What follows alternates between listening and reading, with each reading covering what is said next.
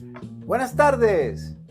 Estamos en el cafetín con el pastor Carlos Redimín Sánchez. Le damos gracias a aquellos que están buscando día a día información en esos tesoros escondidos.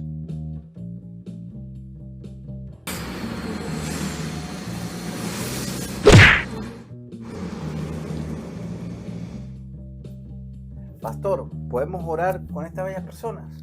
Claro que sí, ¿verdad, Padre? Sí, Bendito eres en el Señor. nombre de Jesús. Yo te Oh, Padre pido Santo. que mi hermano demos esas respuestas Sí, correctas en Señor.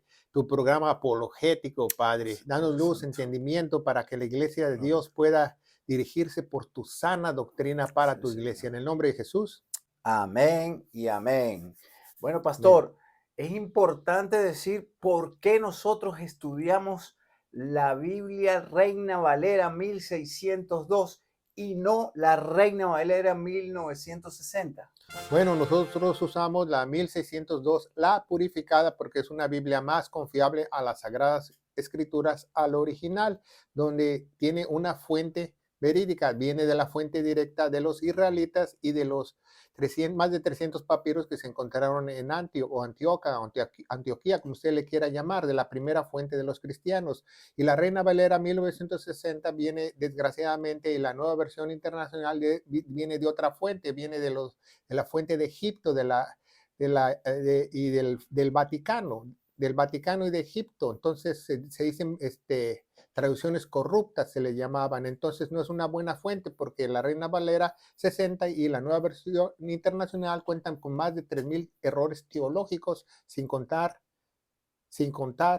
la ortografía. Entonces, nosotros preferimos una Biblia que esté más apegada al original. Por eso usamos la 1602, la purificada, y la recomendamos. Exactamente. Y la versión inglés sería la King James 1611. Apúntenlo. Bueno, pastor, estamos en nuestro cafetín número 108. Le damos gracias a Adiós. y a ustedes que gentilmente abren las puertas de sus hogares para que esta palabra penetre, ¿verdad? Y ustedes puedan expandir, ¿verdad? A sus amigos y familiares. Les pedimos que por favor nos apoyen con un like. No les pedimos dinero, sino que les pedimos like, por favor, para que estos algoritmos puedan ir a otras partes, ¿verdad? Bueno, pastor, vamos a lo que vinimos, ¿verdad? El tema de hoy.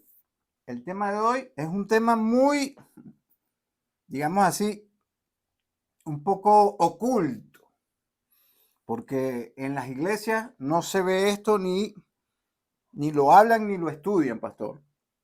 Y dice así: el antinomismo, la peor herejía de la iglesia reformada. Pastor, ¿por qué este tema? Es uno de los temas más importantes porque es la peor herejía en las iglesias reformadas el día de hoy, y muchas personas no conocen ni qué es eso ni cómo se come, y mucho menos lo enseñan en las iglesias, y los dirigentes espirituales deberían enseñar este tema que es muy importante para la iglesia del Señor, la iglesia de nuestro Señor Jesucristo. Por eso hoy lo vamos a esclarecer a través de este cafetín, así que quédate con nosotros. Ok, pastor, pero ¿por qué el antinomismo solo es una herejía en la iglesia Bueno, la reformada? iglesia reformada se conoce en los años de entre 1400 y 1500. Martín Lutero hizo la reforma reformada, y nosotros sabemos que somos salvos por fe y gracia y no por obras. Fe y gracia y no por obras, como dice Efesios 2, 8 y 9, para que nadie se gloríe. Entonces, las otras iglesias que creen que nosotros somos salvos por obras, que tenemos que cuidar nuestra salvación, no aplica a esta herejía. Solamente esta herejía aplica a las iglesias que cree que somos salvos por fe y gracia, y esto no de nosotros, como dice las Sagradas Escrituras. Ok, pastor. Pero yo sé que muchos se preguntarán, ¿qué significa esta palabra antinomismo? Bueno, el antinomismo quiere decir que las personas están en contra de la ley moral de Dios, en contra de la ley moral de Dios. Dicen que no tienen que hacer la ley moral de Dios. Si yo quiero fumo, si yo quiero fornico, si yo quiero me voy de parranda, si yo quiero me voy con mi compadre a jugar baraja. Entonces, es algo que les han enseñado en las iglesias mal, que porque no pierdes tu salvación, etcétera, etcétera. Entonces tú puedes hacer lo que se te dé tu regalada gana y es una mentira, es una herejía. Ok, pastor, vamos a hacer una pausa aquí porque es muy importante lo que usted está diciendo. Esto tiene que ver, el antinomismo tiene que ver con siempre salvo, salvo, siempre salvo. Bueno, muchos lo relacionan. Una vez salvo, siempre salvo. Hay una doctrina de la seguridad eterna. La persona que es salvo siempre es salva, porque la Biblia lo establece en más de 175 versículos contra 7 versículos mal interpretados de las personas que dicen que la salvación se pierde. Pero muchos lo relacionan así. Por eso muchas personas no creen que salvo siempre es salvo, porque empiezan a enseñar el antinomiismo, pero nosotros debemos enseñar bien la palabra de Dios, lo que dice realmente la Biblia. Una vez salvos, siempre somos salvos, pero una vez que la persona es salva, hay un cambio radical en la persona, un cambio que todos lo pueden notar. Si la persona no ha tenido un cambio radical, obviamente él no ha sido salvo. Exactamente, o sea, lo que se está diciendo aquí es que Agarren esa perla. salvo, siempre salvo sería que, o sea, no es por obras, pero tiene que reflejar las obras de Dios Bueno, por medio del Espíritu Santo. aquel que es sellado por el Espíritu Santo, la gloria de Dios tiene que reflejarse no solo en la iglesia, sino en su vida y en su En diario convivir. caminar. Exactamente. Entonces, cuando una persona realmente es transformada con el poder de Dios, ya ni su mamá lo reconoce, ni sus hermanos, porque lo ha transformado Dios de una manera sorprendente, radical, con el poder de Dios, no porque está en una institución, no porque está en una iglesia, no porque está en un concilio, sino por el mismo poder de Dios. Exactamente, o sea, la diferencia entre el antinomismo a salvo siempre salvo es que el salvo siempre salvo es el reflejo de lo que ya tiene, que es el Espíritu Santo, y el antinomismo como que es como el libertinaje. Ya soy salvo y entonces ya yo estoy libertinaje para hacer lo que yo quiera. Crees que eres salvo, pero no lo eres. Ese es el problema Ese es del antinomismo y lo vamos a ver a través de este cafetín. Por eso es una herejía. exactamente. Y bueno, se está poniendo la cosa súper chévere. Estamos poniendo la carne en el asador, en el grill, pastor, ¿verdad? Quédese con nosotros porque aquí usted va a salir entendiendo muchas cosas. Pastor, ¿nos podría decir y explicarnos acerca del antinomismo? Claro que sí, es una herejía muy mala dentro de las iglesias porque las personas piensan que eh, puedo ser yo servirle a Dios. Hemos visto cientos de diáconos aquí en los Estados Unidos que fuman, que toman alcohol, hacen muchas cosas que un verdadero cristiano no debería hacer, bailan, etcétera, etcétera. Entonces, ellos falsamente creen que son salvos cuando no lo son, porque alguien que es salvo quiere agradar a Dios y no hace esas cosas. No porque seamos salvos por las obras de la ley, sino queremos agradar a nuestro Dios como respuesta de nuestra salvación. Exactamente. ¿Y de dónde sale este antinomismo, pastor, esta herejía?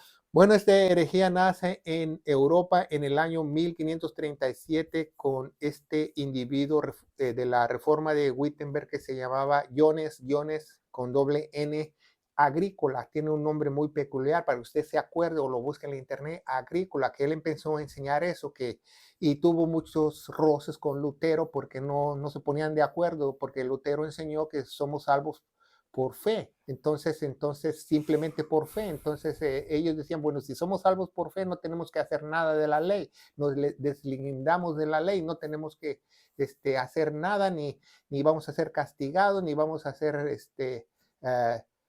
mandados al fuego eterno por si rompemos la ley, pero eso es una gran herejía.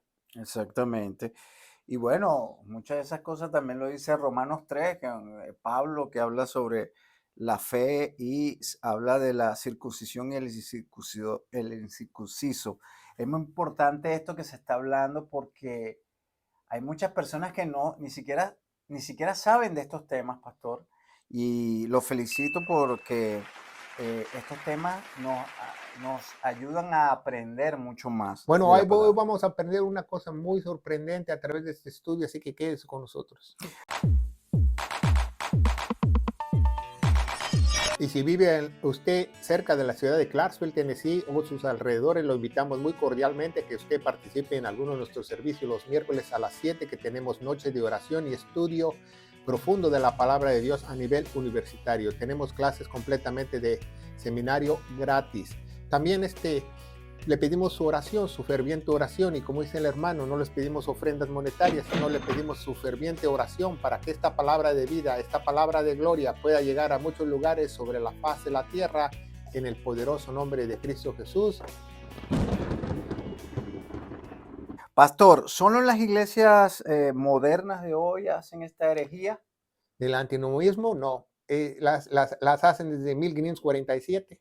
Se viene enseñando eso. Entonces, hay iglesias modernas, iglesias tradicionalistas, más las iglesias tradicionalistas, porque las iglesias modernas, como que ellos son. Ya están acostumbrados. No, como que tienen más herejías, como que somos salvos por obras, se pierde la salvación, etcétera, etcétera. Pero más las iglesias tradicionales, que como los bautistas, los presbiteros, metodistas, etcétera, etcétera, ellos tienen más de esta falsa herejía del antinomismo, y lo vamos a ver.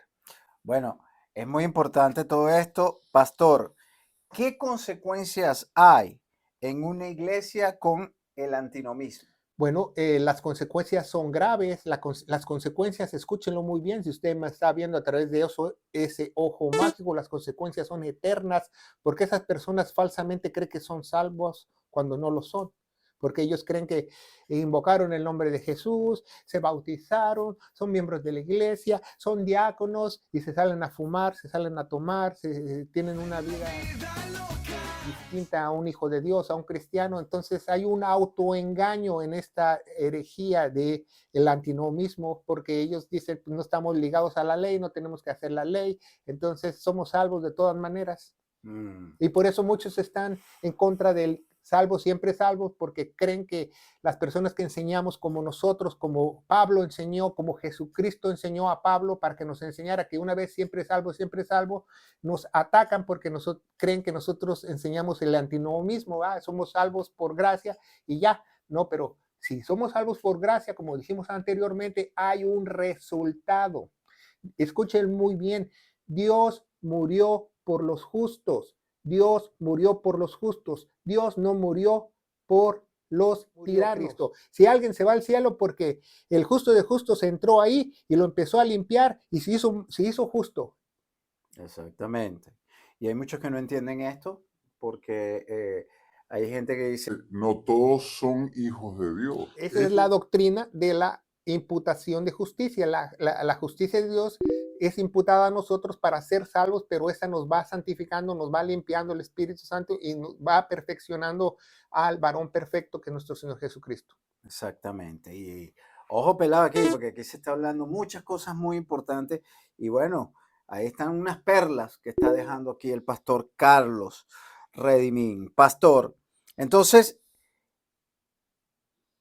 hay muchas consecuencias negativas si una iglesia tiene estas. Claro, porque muchos dicen, pues yo fui diácono por 15, 30 años, me voy a ir al cielo y fuma y toma y baila y se comporta como el demonio de Tasmania y cree que se va a ir al cielo, pero es un autoengaño porque realmente no es salvo. Y hay otro tipo de religiosos que dicen que están haciendo obras para ser salvos, también se van a ir al infierno al igual. Sí, porque no rompan ningún plato, porque la salvación viene con el poder de Dios. Sí, porque se ven los dos extremos. Se ve el extremo de que somos, ya estamos salvos y puedo hacer lo que quiera. Y está también el extremo de que tienes que hacer obras, tienes que hacer esto, tienes que hacer lo otro. Pero depende qué obras hagas. Si tú haces obras como resultado de tu salvación, como dice Efesios 2:10, que somos hechura en Cristo Jesús para buenas obras que Él prepara de antemano, o tú estás haciendo tus propias obras para mantener o para ser salvo, es diferente. Exacto, porque una cosa aquí, pastor, Santiago habla de las obras, pero él lo está haciendo como el resultado de ya tener el Espíritu Santo en tu corazón. Bueno, Santiago es un capítulo difícil de entender porque está escrito a las tribus de Israel, pero no se contradice con la sana doctrina de la iglesia, porque dice, muéstrame tus obras si tienes fe, porque obviamente, porque si tú fuiste redimido con la sangre preciosa de Cristo, Dios va a poner unas obras que tú hagas. Exacto. Exacto, porque se contradice si no tiene obra, pero no es para salvación. No es para salvación, es Exacto, como un resultado de tu eso es lo que salvación. hay que anotar aquí, que mucha gente confunde las obras que dice Santiago con la salvación, y no es así, sino es como un resultado de la salvación, que es diferente. Ahora, pastor, ¿nos puede explicar, verdad, el antinomismo con unas palabras simples?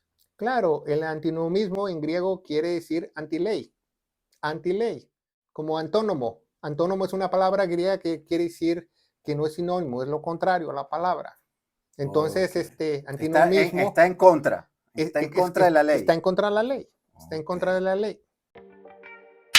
Personas que nos están viendo por primera o segunda vez, ¿verdad? Estas son nuestras plataformas, ¿verdad? Abajo tenemos los hashtags para que nos puedan ubicar mucho más rápido, ¿verdad? Pero denle like, ¿verdad? Para que estos algoritmos puedan ir a muchas más personas, ¿verdad? Esto que es lo más importante que le pedimos. Y por supuesto, suscríbanse y denle a la campanita. Por parte de la Biblia, ¿podemos refutar esta falsa doctrina del antinomismo? Claro que sí, podemos ver en Romanos capítulo 3, de versículo del 30, el 30 y el 31, lo vamos a leer, ¿verdad? Que dice el apóstol Pablo, ¿verdad? Porque todo el capítulo habla también de eso, ¿verdad? Quiero que Romanos usted lo 3, sí. lea. Dice, porque un solo Dios, el cual justificará por fe la circuncisión y por medio de la fe la incircuncisión. Deshaceremos pues de la ley por la fe. No lo permita Dios, antes establecemos la ley, antes establecemos la ley. Dice, vamos a dejar de hacer la ley, dice Pablo, no, no lo permita Dios, antes establecemos la ley, antes establecemos la ley, porque ya no tenemos leyes que las escribieron en piedras, tenemos la ley en nuestros corazones, porque el Espíritu Santo se metió. Exacto. Y es lo que estamos hablando, pues, o sea, la ley es importante en el sentido de que es como un espejo Bueno, que voy viendo en qué estoy fallando. Bueno, en el tiempo de antes no tenían la Biblia como ahora, que nosotros tenemos ahora la Biblia y es un poco más fácil, ¿verdad? Entenderla, en el sentido de que ya están, digamos así, el periodo de la iglesia, que ya más o menos uno sabe la división, pero en aquella época que estaba la transición era más difícil entenderlo. Bueno, por eso Dios puso en esos tiempos de la transición, incluso había profetas también y había El Espíritu gente Santo. que los dirigía con el Espíritu Santo. Exactamente. Ahora, pastor. Pero vamos a ver también en Romanos capítulo 6, del Ujú. versículo 1 al 23, si usted lo quiere leer en su casa, ahí habla de que nosotros, aunque seamos salvos, tenemos que hacer la ley para agradar a Dios.